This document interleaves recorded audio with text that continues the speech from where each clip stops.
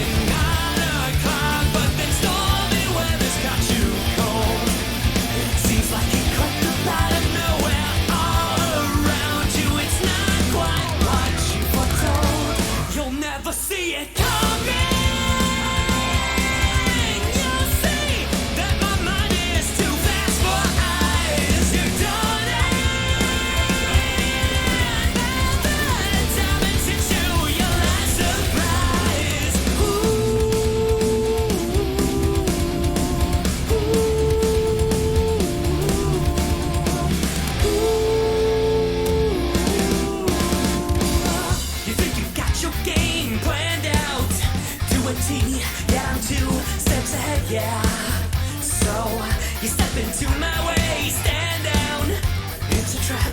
One more step and you're dead. Yeah, you're dead. Why just a peek a second ago? Clear blue skies, but now lightning struck your last resolve. It's not an accident that no one hears your cries as your last strength seems to dissolve. You'll never see it coming. You'll see that my mind is too fast for rise. You're done in by the time it's hit you, your last surprise. I'm coming for you. My game's always so fast, so fine. You're spun in by the net you didn't catch it in time.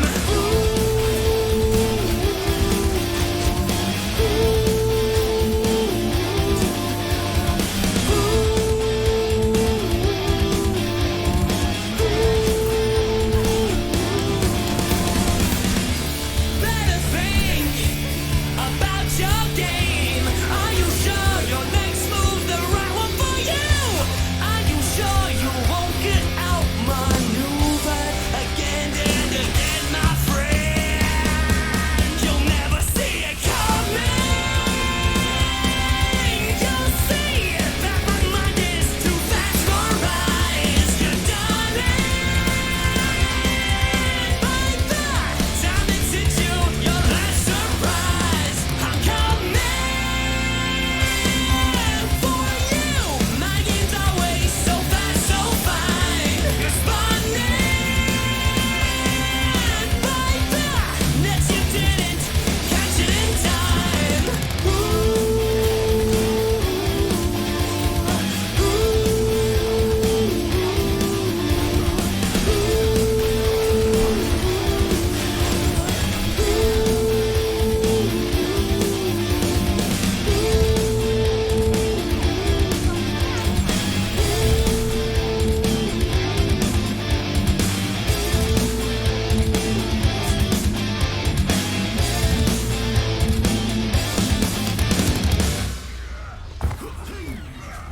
Fire at will.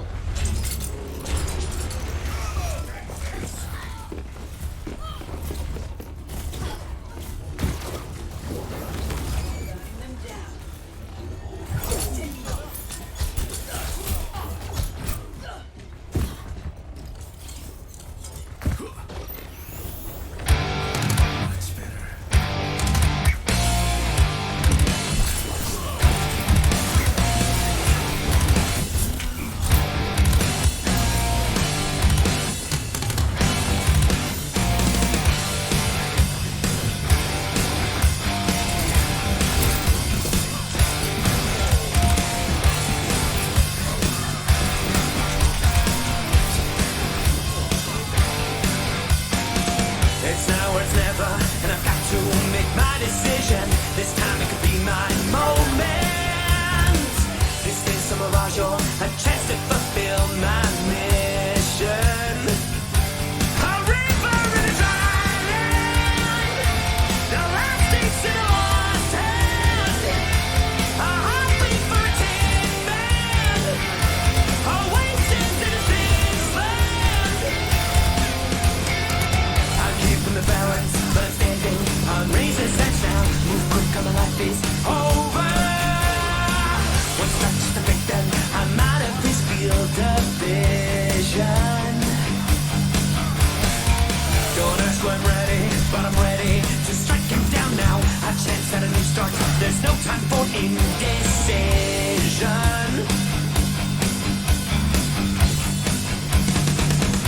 A river in a dry land, the last taste in a lost hand. When the hope of new beginnings burned our feet, now we need it, a heartbeat for a tin man, an oasis in a strange land. Remind us what we're here for. Create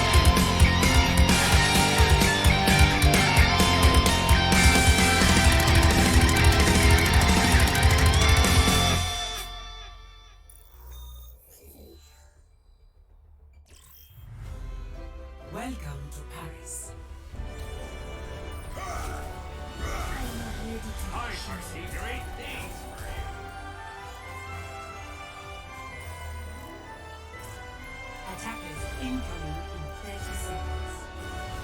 Watch my back out there. Tell me what needs to be done, and I will do it.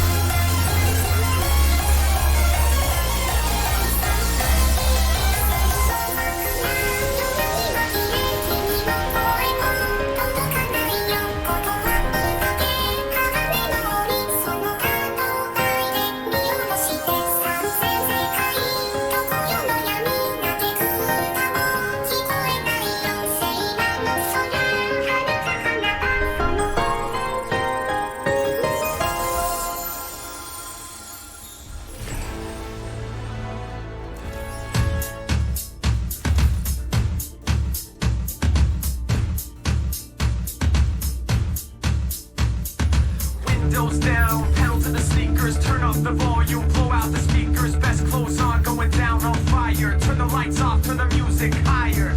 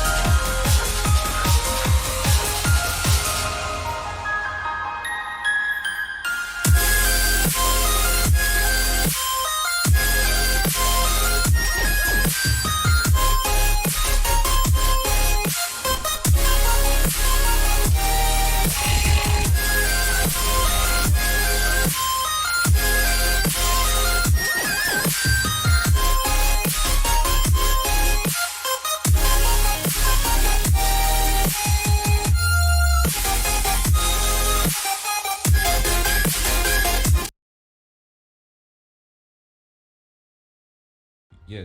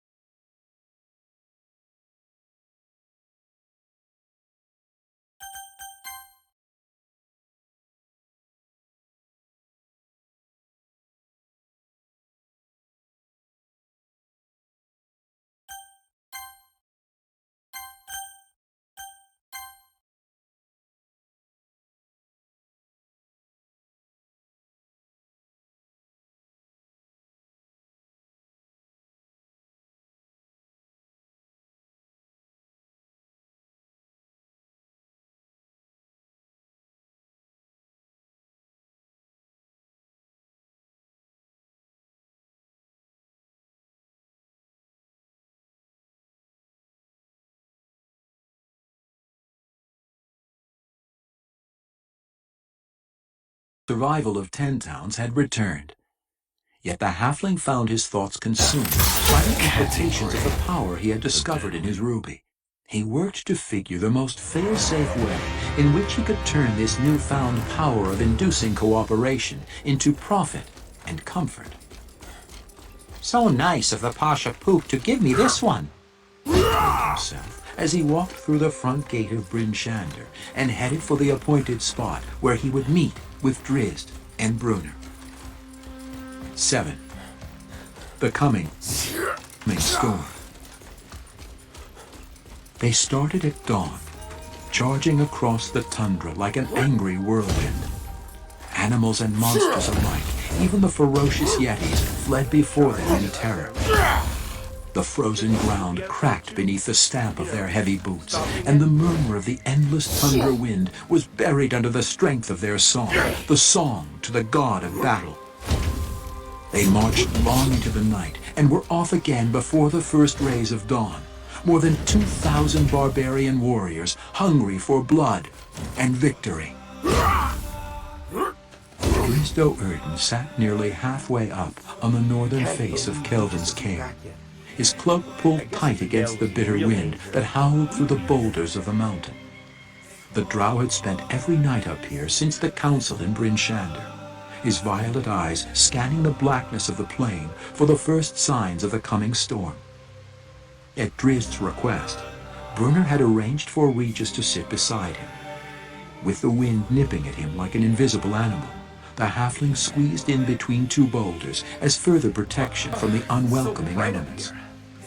Given a choice, Regis would have been tucked away into the warmth of his own soft bed in Lonelywood, listening to the quiet moan of the swaying tree branches beyond his warm walls.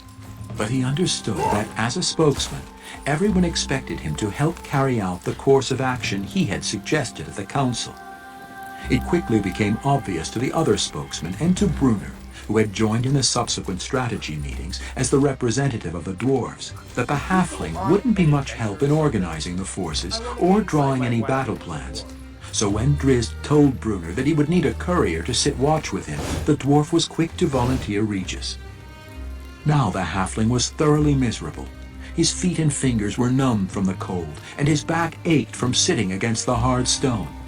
This was the third night out, and Regis grumbled and complained constantly, punctuating his discomfort with an occasional sneeze. Through it all, Drizzt sat unmoving and oblivious to the conditions, his stoic dedication to duty overriding any personal distress. How many more nights do we have to wait? Regis whined. One morning, I'm sure. Maybe even tomorrow. They'll find us up here, dead and frozen to this cursed mountain. Fear not, little friend, Drizzt answered with a smile. The wind speaks of winter. The barbarians will come all too soon, determined to beat the first snows. Even as he spoke, the drow caught the tiniest flicker of light in the corner of his eye.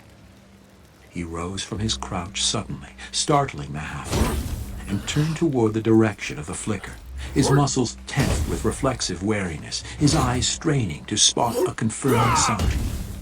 What's... Regis began, but Drizzt silenced him with an outstretched arm.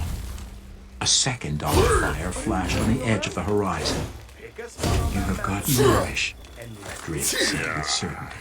Are they out there? Regis whispered. His vision wasn't nearly as keen as the Drow's in the night.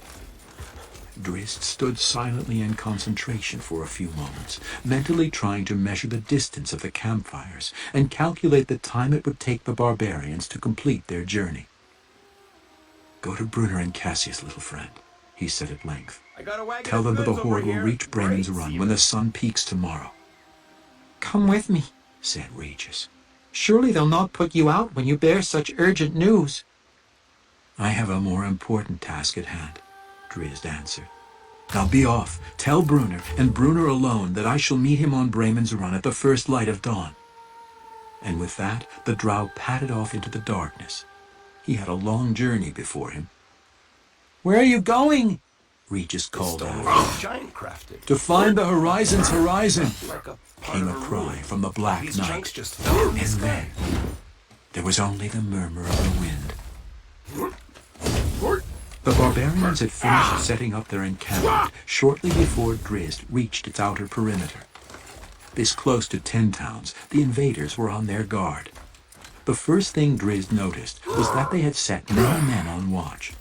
But alert as they were, their campfires burned low, and this was the night, the time of the Get me Drow. back underground. The normally effective watchmen were outmatched by an elf from a world that knew no light, one who could conjure a magical darkness that even the keenest eyes could not penetrate, and carry it beside him like a tangible cloak. Invisible as a shadow in the darkness, with footfalls as silent as a stalking cat's, Drizzt passed by the guards and entered the inner rings of the camp. Just an hour earlier, the barbarians had been singing and talking of the battle they would fight the next day. Yet even the adrenaline and bloodlust that pumped through their veins could not dispel the exhaustion from their hard march. Most of the men slept soundly, their heavy, rhythmic breathing looking for, comforting Drizzt, as he picked his way among them in search of their leaders, who would no doubt be finalizing the battle plans. Several tents were grouped together within the encampment. Only one, though, had guards posted outside its entrance. The flap was closed, but Drizzt could see the glow of candles within, and he could hear gruff voices often raised in anger. The Drow slipped around to the back. Till next Luckily, time, Your no Highness. warriors had been permitted to make their beds close to the tent, so Drizzt was fairly secluded. As a precaution, he pulled the panther figurine out of his pack. Then, taking out a slender dagger, he poked a tiny hole in the deerskin tent and peeked in. There were 8 men inside, the 7 barbarian chiefs and a smaller dark-haired man that Drizzt knew could not have been from northern stock. The chief sat on the ground in a semicircle around the standing southerner, asking him questions about the terrain and forces they would encounter the next day. "We should destroy the town in the wood first," insisted the largest man in the room, possibly the largest man Drizzt had ever seen, who bore the symbol of the elk. "Then we can follow your plan to the town called Brinshander." The smaller man appeared absolutely flustered and outraged, though Drizzt could see that fear of the huge barbarian king would temper his response. Can't believe we just. Great King Heefstock, I he answered guess the tentatively. Dale was in real danger. If the fishing fleet sight trouble and land before we get to Bryn Shander, we shall find an army that outnumbers our own waiting for us within the solid walls of that city. "They're only weakly southern."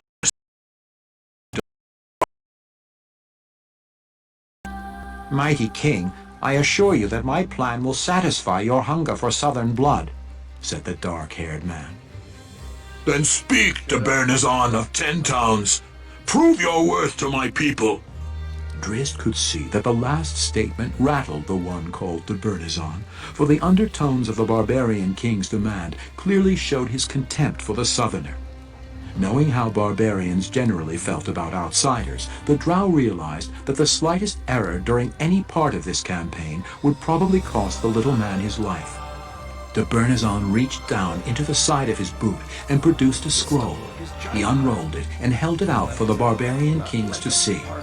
It was a poor map, roughly drawn, its lines further blurred by the slight tremble of the southern man's hand.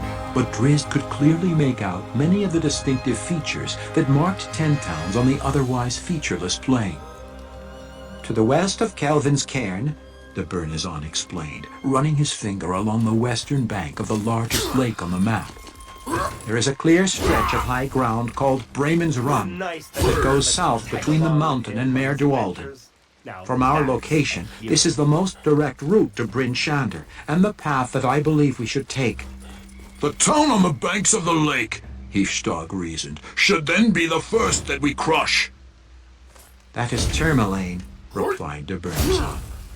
All of its men are fishermen and will be out on the lake as we pass. You would not find good sport there. We will not leave an enemy alive behind us, Hifstag roared, and several other kings cried out their agreement. No, of course not, said de Bernazon. But it will not take many men to defeat Tourmaline when the boats are out.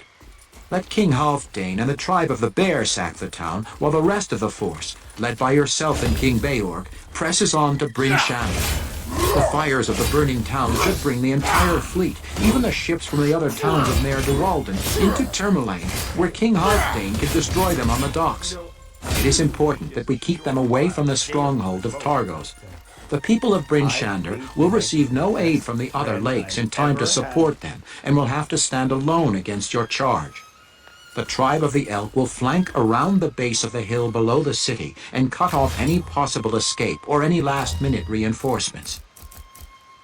Drizzt watched closely as de Bernazon described this second division of the barbarian forces on his map. Already the Drow's calculating mind was formulating initial defense plans. Bryn Shander's hill wasn't very high, but its base was thick, and the barbarians who were to swing around the back of the hill would be a long way from the main force. A long way from reinforcements. The city will fall before sunset, de Bernazon declared triumphantly, and your men will feast on the finest booty in all of Ten Towns. A sudden cheer went up on cue from the seated kings at the Southerner's declaration of victory. Drizzt put his back to the tent and considered what he had heard. This dark-haired man named de Bernazon knew the towns well and understood their strength and weaknesses. If Bryn Shander fell, no organized resistance could be formed to drive off the invaders. Indeed, once they held the fortified city, the barbarians would be able to strike at their leisure at any of the other towns. Again you have shown me your worth, Drizzt heard Hifstag tell the Southerner, and the ensuing of conversation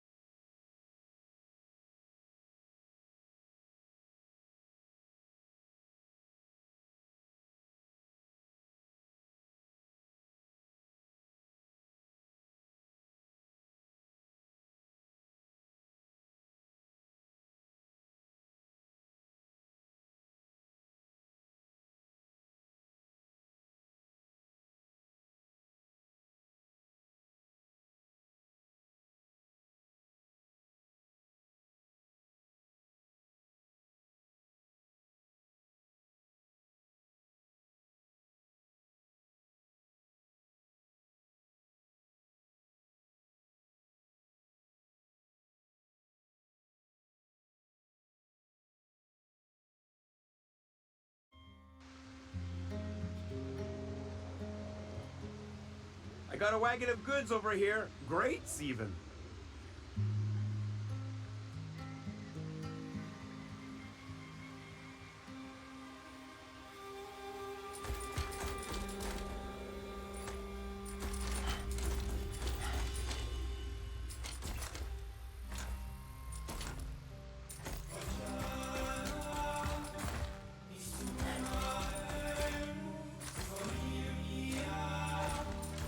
You ever think about Rabik's stew? Yeah, no, me neither.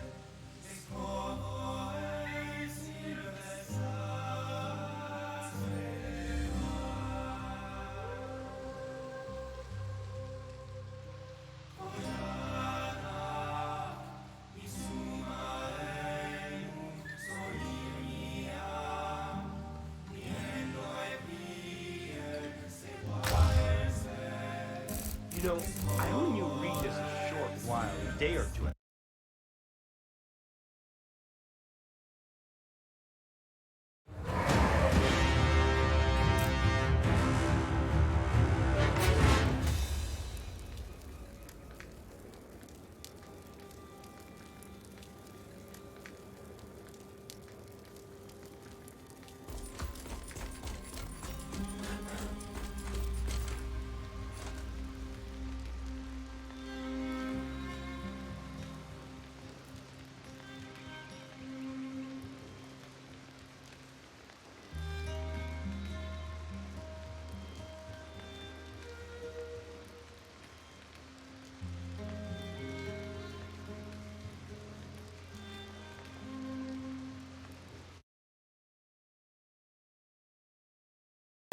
told the drow that the plans had been accepted as final. Drizzt then focused his keen senses on the encampment around him, seeking the best path for his escape. He noticed suddenly that 2 guards were walking his way and talking. Though they were too far away for their human eyes to see him as anything but a shadow on the side of the tent, he knew that any movement on his part would surely alert them. Acting immediately, Drizzt dropped the black figurine to the ground. "Guinevere," When are you he people called gonna bring softly. me some more junk? I'm "Come running to me, low." my shadow." Somewhere in a corner of the vast astral plane, the entity of the panther moved in sudden, subtle steps as it stalked the entity of the deer. The beasts of this natural world had played out this scenario countless times, following the harmonious order that guided the lives of their descendants. The panther crouched low for the final spring, sensing the sweetness of the upcoming kill. Shark's still out there, huh? This strike was the harmony of natural order, the purpose of the panther's existence, and the meat its reward.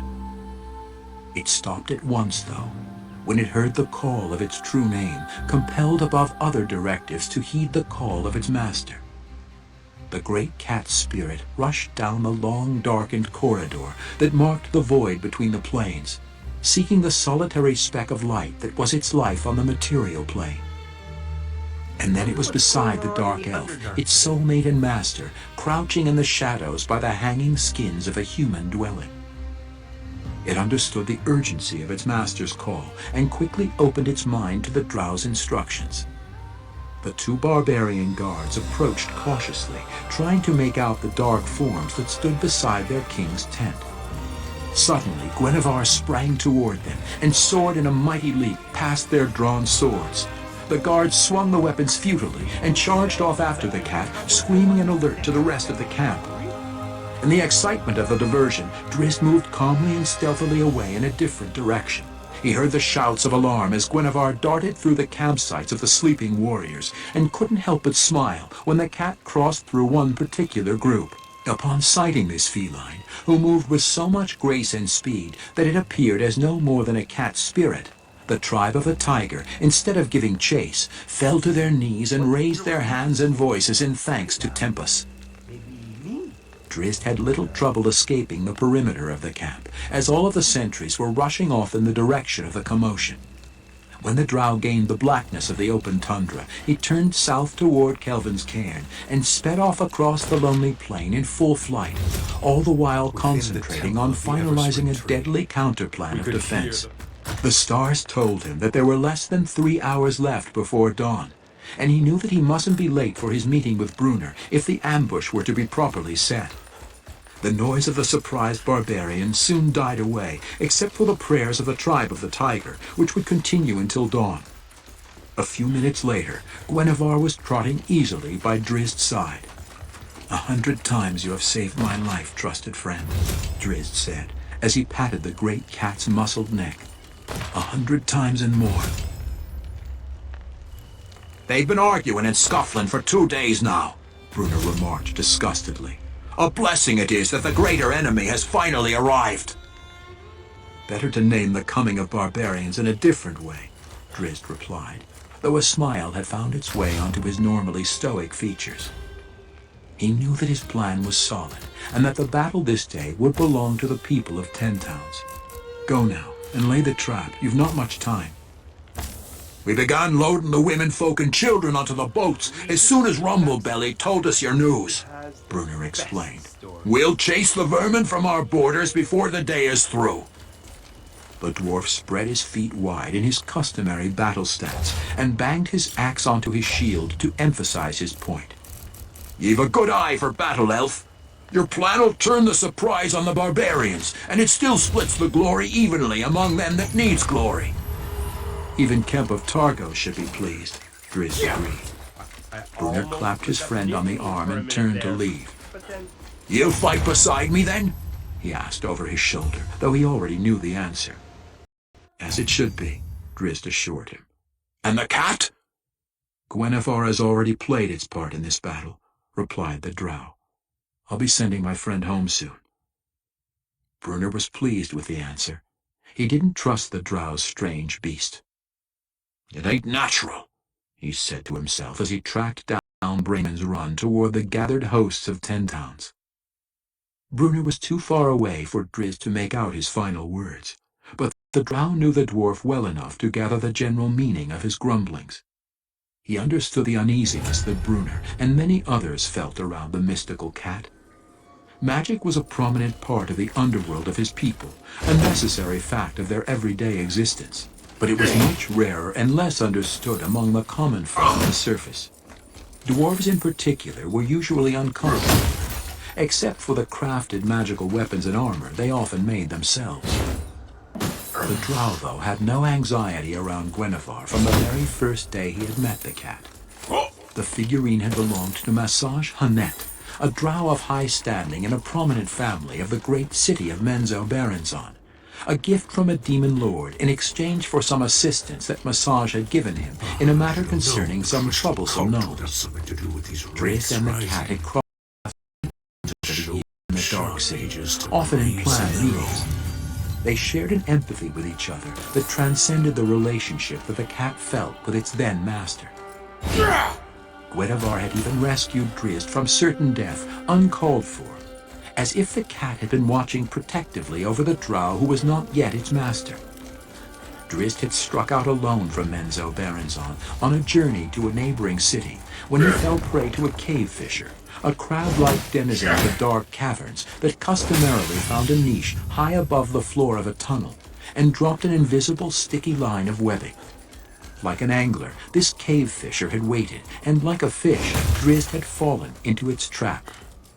The sticky line entangled him completely, rendering him helpless as he was dragged up the side of the corridor's stone wall.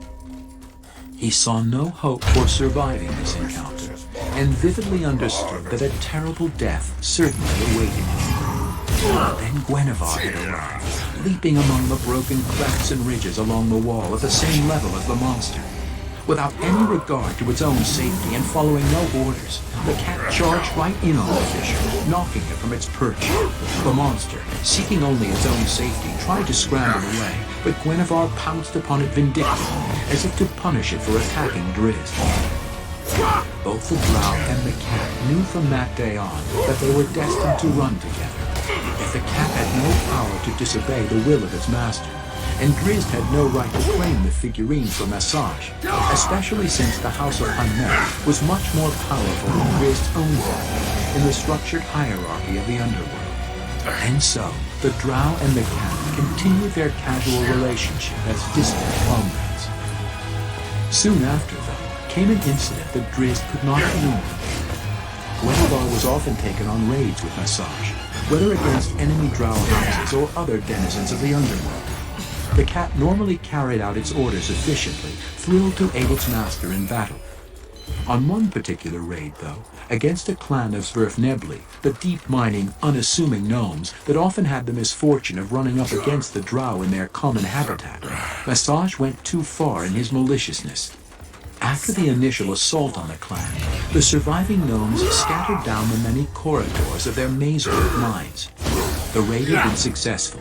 The treasures that had been sought were taken, and the clan had been dispatched, obviously never to bother the drow again. But Massage wanted more blood. He used Gwenevere, the proud, majestic hunter, as his instrument of murder. He sent the cat after the fleeing gnomes one by one until they were all destroyed. Drizzt and several other drow witnessed the spectacle. The others, in their characteristic vileness, thought it great sport, but Drizzt found himself absolutely disgusted. Further, he recognized the humiliation painfully etched on the proud cat's features. Guinevere was a hunter, not an assassin, and to use it in such a role was criminally degrading, to say nothing of the horrors that Massage was inflicting upon the innocent gnomes.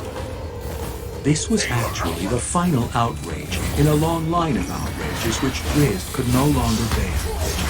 He had always known that he was unlike his kin in many ways, though he had many times feared that he would prove to be more akin to them than he believed. Yet he was rarely passionless, considering the death of another more important than the mere sport it represented to the vast majority of drow.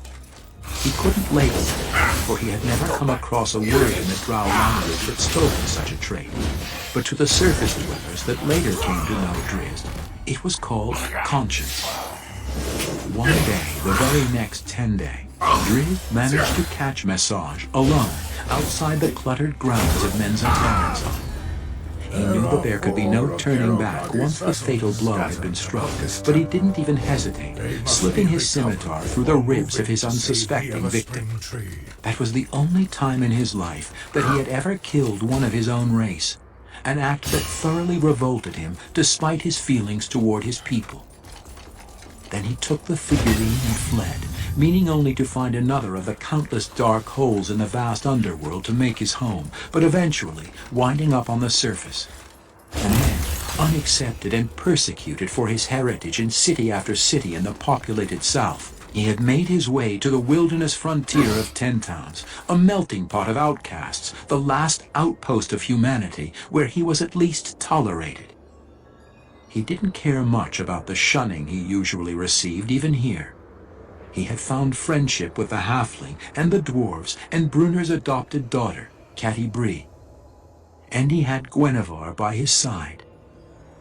He patted the great cat's muscled neck once again, and left Bremen's Run to find a dark hole where he could rest before the battle. 8. Bloody Fields.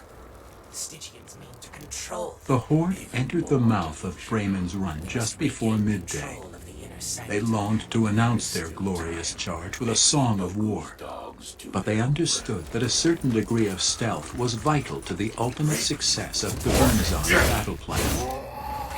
The Bernizon was comforted by the familiar sight of sails dotting the waters of Mir Dewalton as he jogged beside King Halfdan. The surprise would be complete, and then, with ironic amusement, he noted that some of the ships already flew the red flags of the catch. More weather for the victims, he hissed. The barbarians had still begun their song when the tribe of the bear split away from the main group and headed toward Trinity, though the cloud of dust that followed their run had told a wary observer that something out of the ordinary was happening. They rolled on toward Grimshaw and cried out their first cheer when the pennant of the principal city came into sight. The combined forces of the 4 towns of Mir Dewalden lay hidden in Tourmaline. Their goal was to strike fast and hard at the small tribe that attacked the city, overrunning them as quickly as possible, then charge to the aid of Grimshander, trapping the rest of the horde between the two armies. Kemp of Targos was in command of this operation, but he had conceded the first blow to Agorwal, spokesman of the home city. Torches set the first buildings of the city ablaze as Halfdane's wild army rushed in. Tourmaline was second only to Targos among the 9 fishing villages in population, but it was a sprawling, uncluttered town with houses spread out over a large area and wide avenues running between them. Its people had retained their privacy and a measure of breathing room, giving the town an air of solitude that belied its numbers. Still, de Bernizon sensed that the streets seemed unusually deserted. He mentioned his concern to the barbarian king at his side, though Halfdane assured him that the rats had gone into hiding at the approach of the bear. "Pull them out of their holes and burn their houses," the barbarian king roared. "Let the fishermen on the lake hear the cries of their women and see the smoke of their burning town." Then an arrow flooded into Halfdane's chest, burying itself deep within his flesh and biting through, tearing into his heart. The shocked barbarian looked down in horror at the vibrating shaft, though he couldn't even utter a final cry before the blackness of death closed in around him. With his ashwood bow, a Gorwal of Tourmaline had silenced the king of the tribe of the Bear, and on signal from a Gorwal strike, the 4 armies of Mayor Dualden sprang to life. They leaped from the rooftops of every building, from the alleys and doorways of every street. Against the ferocious assault of the multitude, the confused and stunned barbarians realized immediately that their battle would soon be at an end. Many were cut down before they could even ready their weapons. Some of the battle-hardened invaders managed to form into small groups, but the people of 10 towns, fighting for their homes and the lives of their loved ones, and armed with crafted weapons and shields forged by dwarven smiths, pressed in immediately. Fearlessly, the defenders bore the remaining invaders down under the weight of their greater numbers. In an alley on the edge of Tourmaline, Regis dived behind the concealment of a small cart as 2 fleeing barbarians passed by. The halfling fought with a personal dilemma. He didn't want to be labeled a coward, but he had no intention of jumping into the battle with Bigfoot. When the danger had passed, he walked back around the cart and tried to figure out his next move. Suddenly, a dark-haired man, a member of Town's militia, Regis supposed, entered the alley and spotted the halfling. Regis knew that his little game of hiding was over. The time had come for him to make his stand. 2 of the scum just passed this way, he called boldly to the dark-haired someone. Come, if we're quick, we can catch them yet. The Burners had different plans, though. In a desperate attempt to save his own life, he had decided to slip down one alley and emerge from another as a member of the 10 Towns force. He had no intention of leaving any witnesses to his treachery. Steadily, he walked toward Regis, his slender sword at the ready. The mannerisms of the closing man weren't quite right. "Who are you?" he asked, though he somehow expected no reply. He thought that he knew nearly everyone in the city, though he didn't believe that he had ever seen this man before. Already he had the uncomfortable suspicion that this was the traitor Drizzt had described to Bruno. "How come I didn't see you come in with the others early?" De Bernazon thrust his sword at the halfling's eye. Regis, dexterous and ever alert, managed to lurch out of the way, though the blade scratched the side of his head, and the momentum of his dodge sent him spinning to the ground. With an unemotional, disturbingly cold-blooded calm, the dark-haired man closed in again. Regis scrambled to his feet and backed away, step for step with his assailant. But then he bumped up against the side of the small cart. De Bernazon advanced methodically. The halfling had nowhere left to run. Desperate, Regis pulled the ruby pendant from under his waistcoat. "Please don't kill me," he pleaded, holding the sparkling stone out by its chain and letting it dance seductively. "If you let me live, I'll give you this and show you where you can find many more." Regis was encouraged by de Bernazon's slight hesitation at the sight of the stone. "Surely it's a beautiful cut and worth a dragon's hoard of gold." De Bernazon kept his sword out in front of him, but Regis counted as the seconds passed and the dark-haired man did not blink. The halfling's left hand began to steady, while his right, concealed behind his back, clasped firmly onto the handle of the small but heavy mace crafted for him personally by Bruno. "Come, look closer," Regis suggested softly. Firmly under the spell of a sparkling stone, stooped low to better examine its fascinating dance of light. "This isn't really fair," confident that de Bernazon was oblivious to anything he might say at that moment. He cracked the spiked ball of the mace onto the back of the bending man's head. Regis eyed the result of his dirty work and shrugged absently. He had done only what was necessary. The sounds of the battle in the street rang closer to his alley sanctuary and dispelled his contemplation. Again the halfling acted on instinct. He crawled under the body of his felled enemy, then twisted around underneath to make it look as if he had gone down under the weight of the larger man. When he inspected the damage of de Bernazon's initial thrust, he was glad that he hadn't lost an ear. He hoped that his wound was serious enough to give credence to this image of a death struggle. The main host of the barbarian force reached the long, low hill that led up to Bryn Shander. unaware of what had befallen their comrades in Tourmaline. Here they split again, with Heefstad leading the tribe of the elk around the eastern side of the hill, and Beowulf taking the rest of the way straight toward the Roman city. Now they took up their song of battle, hoping to further unnerve the shocked and terrified people of Ten Towns. But behind the wall of Bryn Shander was a very different scene than the barbarians imagined.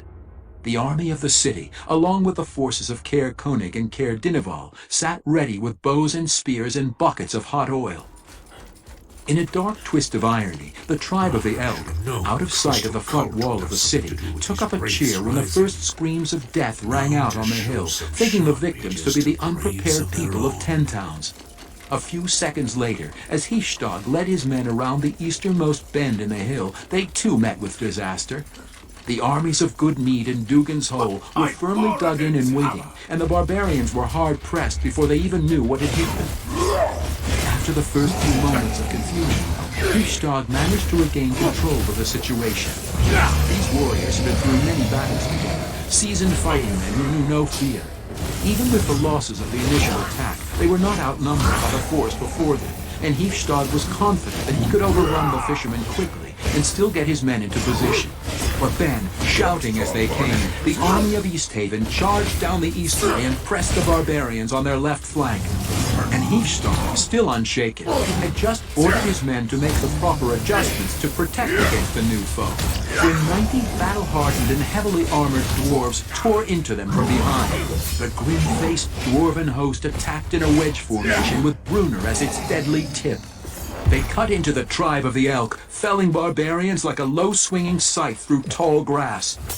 The barbarians fought bravely, and many fishermen died on the eastern slopes of Bryn Shander. But the tribe of the Elk was outnumbered and outflanked, and barbarian blood ran freer than the blood of their foes. Heefstad worked wildly to rally his men, but all semblance of formation and order disintegrated around him. To his worst horror and disgrace, the Giant King realized that every one of his warriors would die on this field if they didn't find a way to escape the ring of enemies and flee back to the safety of the tundra. Heefstad himself, who had never before retreated in battle, led the desperate break. He and as many warriors as he could gather together rushed around the dwarven host, seeking a route between them and the army of Easthaven.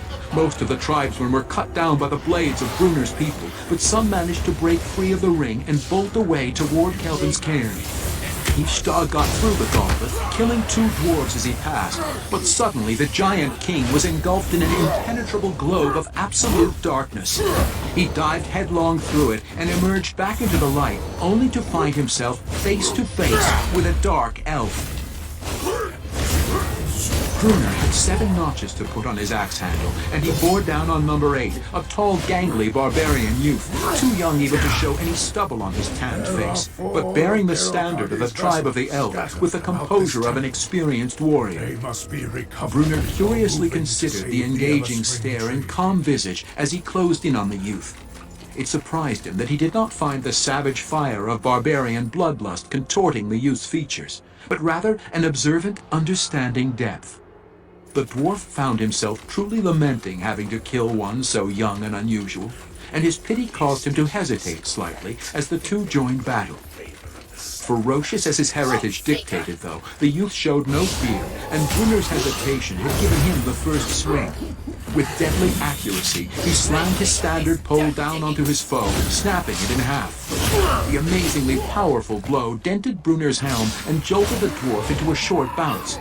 Tough as the mountain stone he mined, Brunner put his hand on his hips and glared up at the barbarian, who nearly dropped his weapon, so shocked was he that the dwarf still stood. "Silly boy," Brunner growled as he cut the youth's legs out from under him. "Ain't you never been told not to hit a dwarf on the head?" The youth desperately tried to regain his footing, but Brunner slammed an iron shield into his face. "Eight!" roared the dwarf as he stormed away in search of number 9. But he looked back for a moment over his shoulder to consider the fallen youth, shaking his head at the waist of one so tall and straight, with intelligent eyes to match his physical prowess, a combination uncommon among the wild and ferocious natives of Icewind Dale. Hifstad's rage doubled when he recognized his newest opponent as a drow elf. "Sorcerous dog!" he bellowed, raising his huge axe high into the sky. Even as he spoke, Drizzt flicked a finger and purple flames limned the tall barbarian from head to toe. Hifstad roared in horror at the magical fire, though the flames did not burn his skin. Drizzt bore in, his two scimitars whirling and jabbing, thrusting high and low too quickly for the barbarian king to deflect both. Blood trickled from many small wounds, but Hifstad seemed able to shake off the punctures of the slender scimitars as no more than a discomfort. The great axe arced down, and though Drizzt was able to deflect its path, the effort numbed his arm. Again, the barbarian swung his axe. This time, Drizzt was able to spin out of its killing sweep, and the completion of the drow's rotation left the overbalanced Hifstad stumbling and open to a counter. Drizzt didn't hesitate, driving one of his blades deep into the barbarian king's side.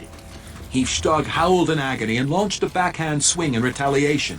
Drizzt thought his last thrust to be fatal, and his surprise was total when the flat head of Hifstad's axe smashed into his ribs and launched him through the air. The barbarian charged quickly after, meaning to finish this dangerous opponent before he could regain his footing. But Drizzt was as nimble as a cat. He landed in a roll and came up to meet Hifstad's charge with one of his scimitars firmly set. His axe helplessly poised above his head, the surprised barbarian couldn't stop his momentum before he impaled his belly on the wicked point. Still he glared at the drow and began to swing his axe.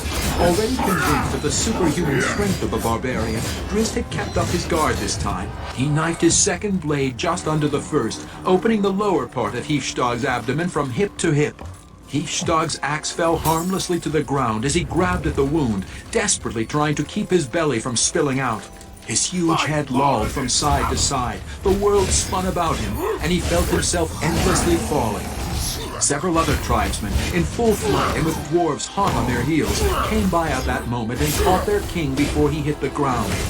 So great was their dedication to Hifstad that two of them lifted him and carried him away, while the others turned to face the coming tide of dwarves, knowing that they would certainly be cut down, but hoping only to give their comrades enough time to bear their king to safety. Drizzt rolled away from the barbarians and leaped to his feet, meaning to give chase to the two who bore Hifstad. He had a sickening feeling that the terrible king would survive even the last grievous wounds, and he was determined to finish the job. But when he rose, he too found the world spinning. The side of his cloak was stained with his own blood, and he suddenly found it difficult to catch his breath. The blazing midday sun burned into his night eyes, and he was lathered in sweat. Drizzt collapsed into darkness. The three armies waiting behind Bryn Shander's wall had quickly dispatched the first line of invaders and then driven the remaining barbarian host halfway back down the hill. Undaunted and thinking that time would play in their favor, the ferocious horde had regrouped around Beorg and begun a steady, cautious march back toward the city. When the barbarians heard the charge coming up the eastern slope, they assumed that Hifstad had finished his battle on the side of the hill, had learned of the resistance at the front gate, and was returning to help them smash into the city. And Beorg spotted tribesmen fleeing to the north toward Icewind Pass, the stretch of ground opposite Bremen's Run that passed between Lac-Dinishir and the western side of Kelvin's Cairn. The king of the tribe of the Wolf knew that his people were in trouble. Offering no explanation beyond the promised thrust of the tip of his spear to any who questioned his orders, Beorg started to turn his men around to head away from the city, hoping to regroup with Halfdane and the tribe of the Bear and salvage as many of his people as he could. Before he had even completed the reversal of the march, he found Kemp and the four armies of Mayor Derelden behind him, their deep ranks barely thinned by the slaughter in Tourmaline. Over the wall came the armies of Bryn Shander, Caer Konig, and Caer Dineval, and around the hill came Brunner, leading the Dwarven clan and the last three armies of 10 towns. Beorg ordered his men into a tight circle. "Tempest is watching," he yelled at them. "Make him proud of his people." Nearly 800 barbarians remained, and they fought with the confidence of the blessing of their god. They held their formation for almost an hour, singing and dying, before the lines broke down and chaos erupted. Less than 50 escaped with their lives. After the fight final blows had at last been swallowed, the exhausted warriors of 10 Towns set about the grim task of sorting out their losses. More than 500 of their companions had been killed, and 200 more would eventually die of their wounds.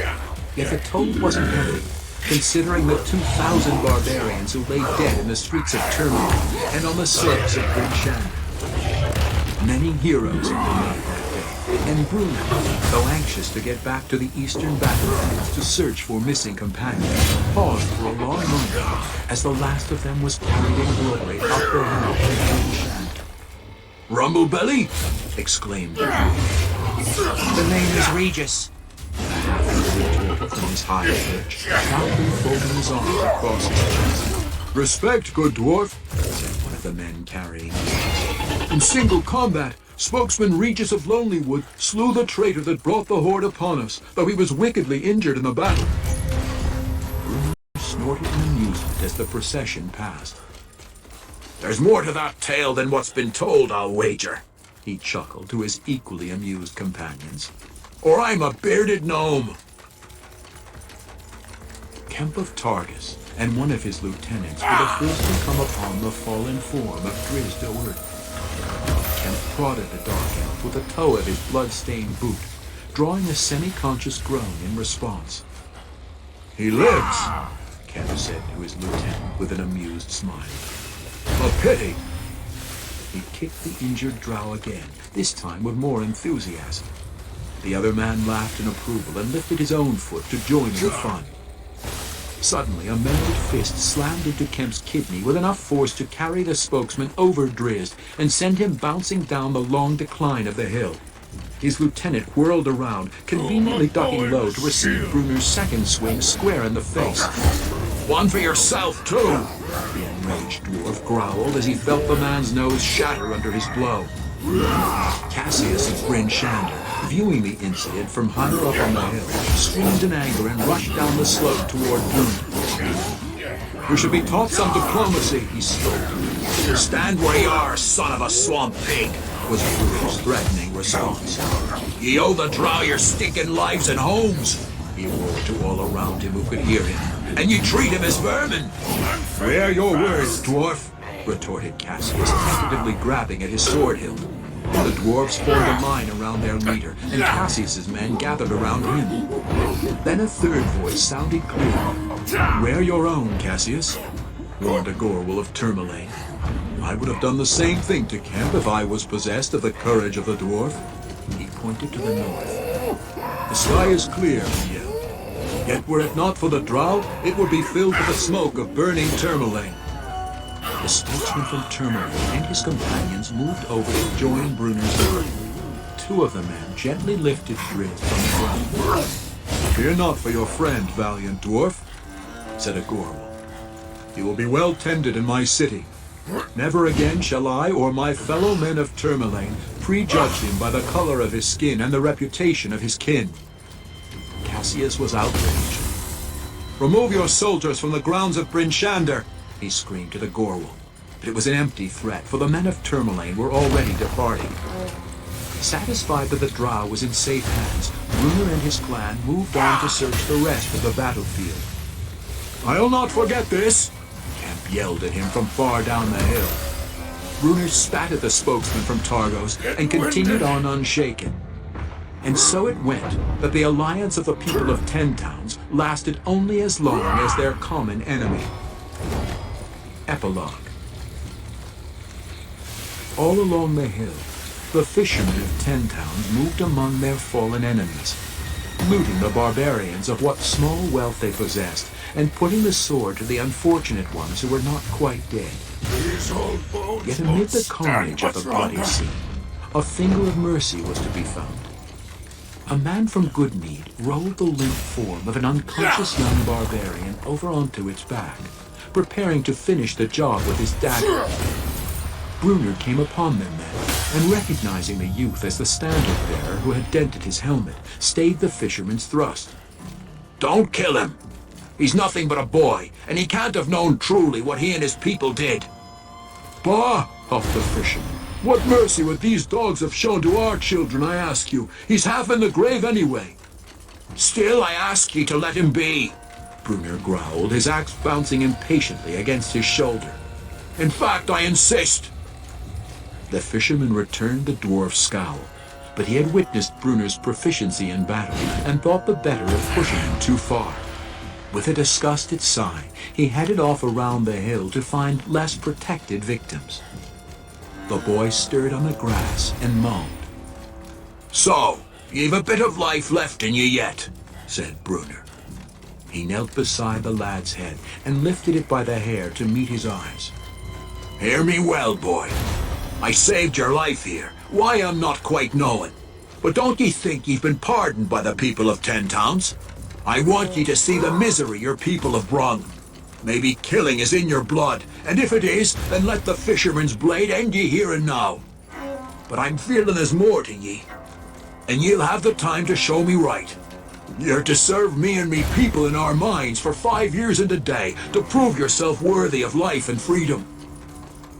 Brunner saw that the youth had slumped back into unconsciousness. Never mind, he muttered. You'll hear me well before all's done, be sure of that. He moved to drop the head back to the grass, but laid it down gently instead. Onlookers to the spectacle of the gruff dwarf showing kindness to the barbarian youth were indeed startled, but none could guess the implications of what they had witnessed. Brunner himself, for all of his assumptions of this barbarian's character, could not have foreseen that this boy, Wolfgar, would grow into the man who would reshape this harsh region of the tundra.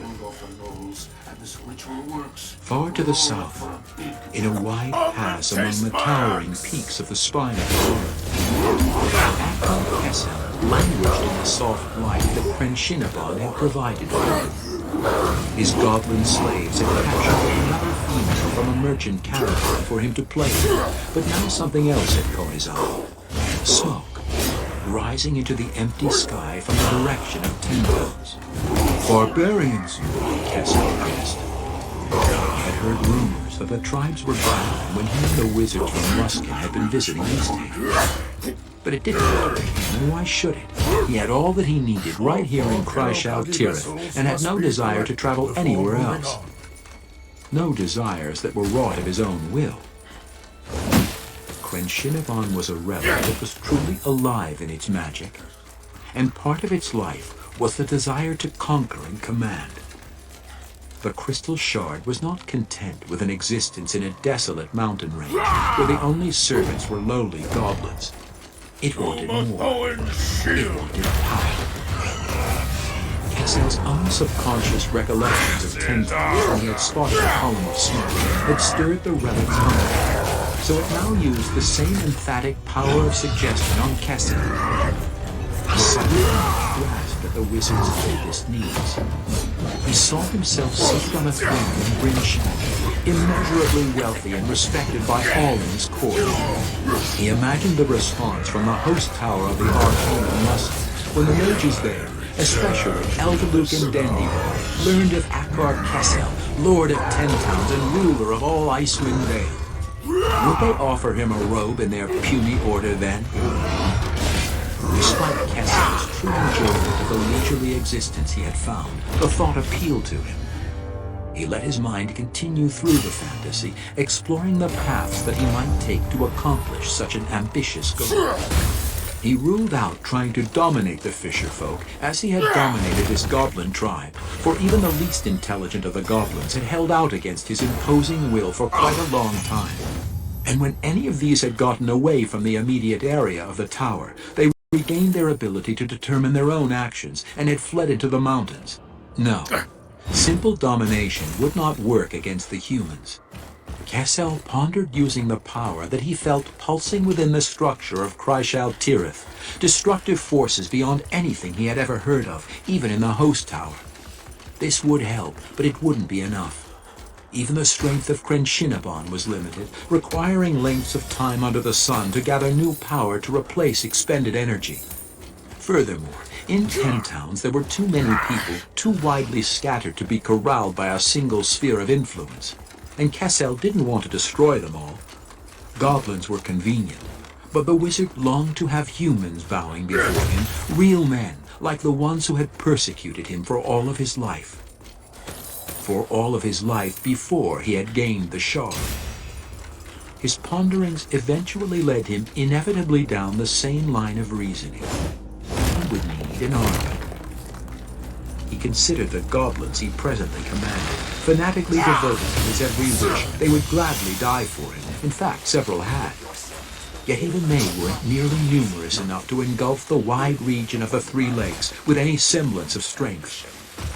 And then an evil thought, again covertly insinuated into his will by the crystal shard, came upon the wizard. How many holes and caves, Kessel cried aloud, are there in this vast and rugged mountain range? And how many goblins, ogres, even trolls and giants do they harbor? Beginnings of a devious vision took shape in his mind. He saw himself at the head of a huge goblin and giant army, sweeping across the plains, unstoppable and irresistible. How he would make men tremble. He went back on the soft again and called for him. He had another dream, one that had also come to him in a strange dream. It called for him to beg and weep, and finally, to die. The wizard decided that he would certainly consider the possibilities of lordship over 10 towns that had opened wide before him. But there was no need to hurry. He had time. The goblins could always find him another plaything. Crenshinabon too seemed to be at peace. It had placed the seed within Kessel's mind, a seed that it knew would germinate into a plan of conquest. But like Kessel, the relic had no need for haste. The crystal cult would have The crystal shard had waited 10,000 years to return to life and see this opportunity of power flicker again. It could wait a few more. Part 2. Wolfgar. Tradition. The very sound of the word invokes a sense of gravity and solemnity. Tradition. Zulu is chalk in the Drow language, and there too, as in every language that I have heard, the word rolls off of one's tongue with tremendous weight and power. Tradition. It is the root of who we are, the link to our heritage, the reminder that we as a people, if not individually, will span the ages. To many people in many societies, tradition is the source of structure and of law, the abiding fact of identity that denies the contrary claims of the outlaw or the misbehavior of the rogue. It is that echoing sound deep in our hearts and our minds and our souls that reminds us of who we are by reinforcing who we were. To many, it is even more than law. It is the religion, guiding faith as it guides morality in society.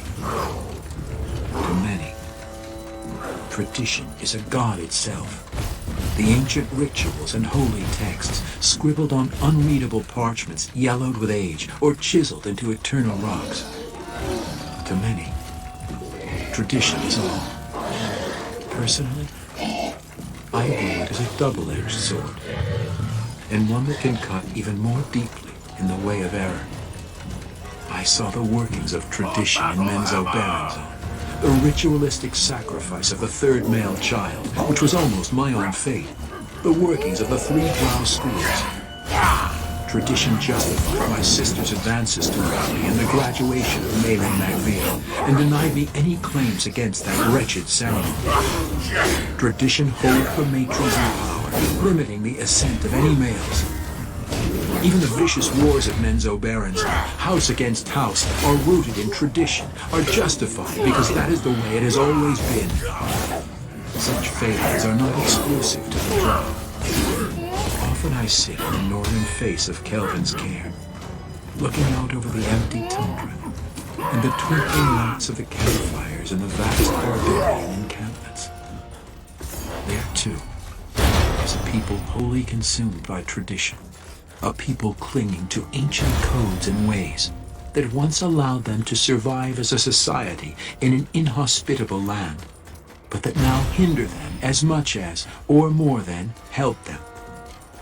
The barbarians of Icewind Dale follow the caribou herd from one end of the dale to the other. In days long past, that was the only way they could have survived up here. But how much easier might their existence be now if they only traded with the folk of Ten Towns, offering pelts and good meat in exchange for stronger materials brought up from the south so they might construct more permanent homes for themselves. In days long past, before any real civilization crept this far to the north, the barbarians refused to speak with or even to accept anyone else within Icewind Dale, the various tribes often joining for the sole purpose of driving out any intruders. In those past times, any newcomers would inevitably become rivals for the meager food and other scarce supplies, and so such xenophobia was necessary for basic survival. The folk of Ten Towns, with their advanced fishing techniques and their rich trade with Luskan, are not rivals of the barbarians. Most have never even eaten venison, I would guess.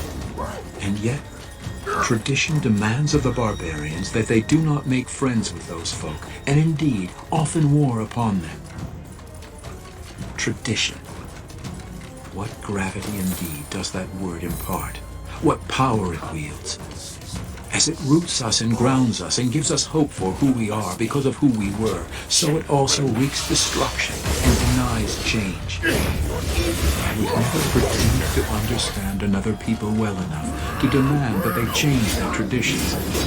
Yet how foolish it sounds to me to hold fast and unyieldingly to those mores and ways without regard for any changes that have taken place in the world about us.